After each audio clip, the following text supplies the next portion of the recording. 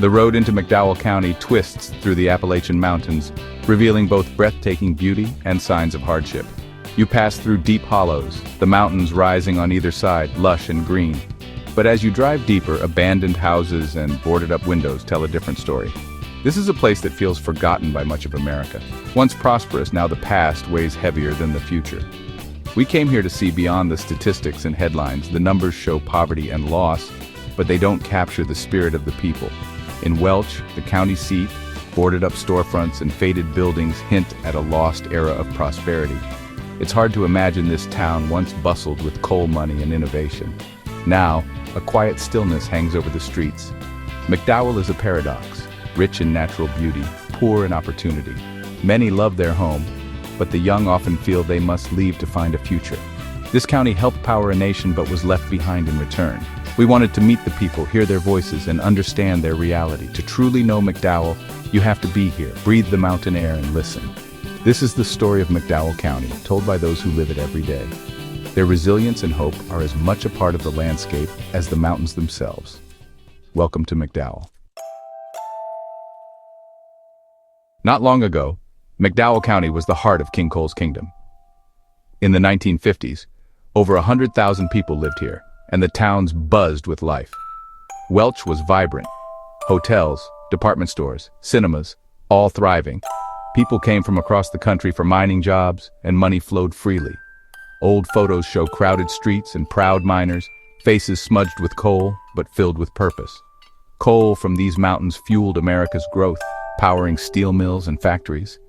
The wealth of the nation was built on the backs of these miners. Older residents recall when shops were full and jobs were plentiful. Life revolved around the shift whistle. It was hard, but it was good. The community was tight-knit, bound by the shared experience of the mines. But prosperity came at a price. Brutal work, black lung disease, and company control over daily life. The wealth didn't always stay to build a sustainable future. It was a one-industry town, and that industry was coal. When coal declined, so did everything else. The good times were built on a fragile foundation. The echoes of that prosperity still linger, but they grow fainter each year. The past is remembered with pride, but also with a sense of loss. McDowell's story is one of both triumph and vulnerability. The end of McDowell's prosperity came slowly, then all at once. Mechanization meant fewer miners were needed. Jobs vanished as machines took over. For every new machine, families lost their livelihoods. Then, energy markets shifted. Natural gas rose, coal demand fell, and new regulations made mining costly. Mines closed, the shift whistle fell silent, and waves of layoffs swept the county. The population plummeted from over 100,000 to less than 18,000. As jobs disappeared, so did people. Towns emptied, schools closed, businesses shuttered. The tax base eroded, public services declined, and poverty deepened. Abandoned mines and empty houses now scar the landscape. The infrastructure built for a booming population is now oversized and crumbling. The fall of King Coal wasn't just economic, it stripped away identity and purpose. The collapse left a void that's been hard to fill. The scars of this decline are everywhere, visible and invisible. McDowell's story is a warning of what happens when a community loses its foundation. The loss was not just of jobs, but of hope. The challenge now is to find a new path forward. For those who remain, life in McDowell is a daily struggle. Jobs are scarce, often low wage, and many rely on government assistance to get by.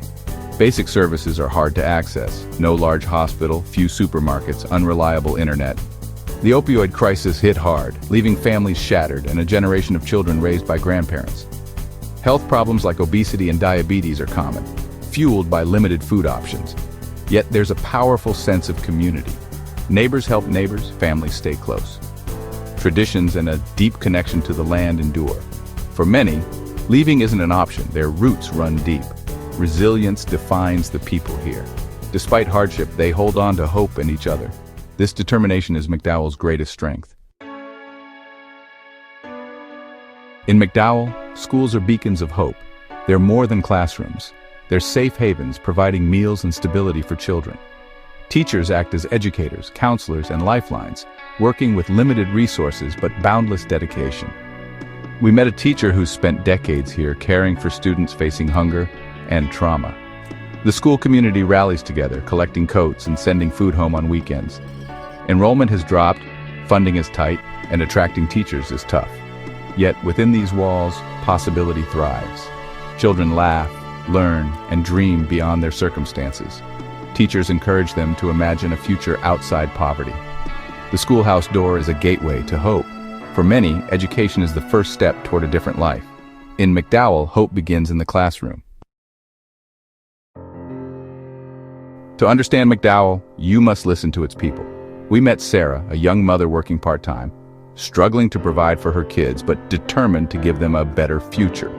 Her dream is simple: stability, safety, and opportunity for her children. We spoke with a former miner, his body worn by decades underground, feeling betrayed by the industry that abandoned him.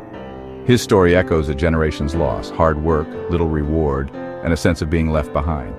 Yet hope persists. A local teenager dreams of becoming a nurse and returning to serve her community. She wants to help, not leave for good. The younger generation sees the problems, but also the chance to be part of the solution.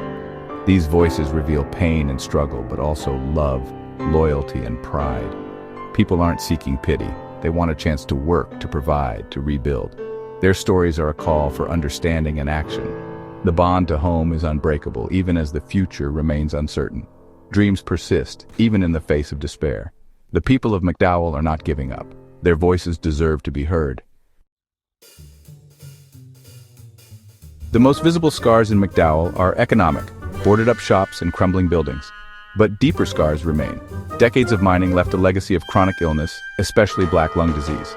The emotional toll is heavy: collective trauma, a sense of being forgotten, and high rates of depression. The loss of jobs meant a loss of identity and purpose. The opioid crisis has devastated families, leaving grandparents to raise grandchildren. These wounds are interconnected. Job loss leads to despair, despair to addiction, addiction to broken families. It's a vicious cycle hard to break. Healing requires more than economic solutions. It needs investment in healthcare, mental health, and addiction treatment. The scars run deep, but so does the will to heal. The community's pain is real, but so is its resilience. Recovery will take time, resources, and compassion. McDowell's wounds are a call for help and for hope. Despite everything, McDowell's resilience is remarkable. Community groups and local charities work tirelessly to help neighbors in need. Food pantries, church groups, and volunteers provide support where it's needed most. People aren't waiting for rescue. They're lifting each other up, one act at a time. This spirit of self-reliance is part of mountain culture. Pride in overcoming hardship runs deep. Now, that spirit is fueling efforts to rebuild small businesses, tourism, and new ideas for the future. The hope for McDowell lies in its people, teachers, grandparents, young dreamers. The problems are huge, but the foundation is strong. Love for home and community is a powerful force for change. The journey is long, but the people refuse to give up. Their quiet strength is their greatest resource. In McDowell, resilience is a way of life. As our journey ends, we leave with respect for McDowell's people. This is a place that fueled America's progress, then was left behind. The people here are not statistics. They are proud, resilient, and hardworking. They deserve to be seen and heard. The problems in McDowell reflect larger issues facing rural America: lost industry, lack of investment, addiction. What's happening here is a warning of what can happen when opportunity disappears. Solutions require long-term commitment, investment in infrastructure, education, healthcare, and hope. Most of all, it means believing in the people who live here. Don't forget McDowell County. Remember the faces, the stories, the dreams. Their struggle is part of our story.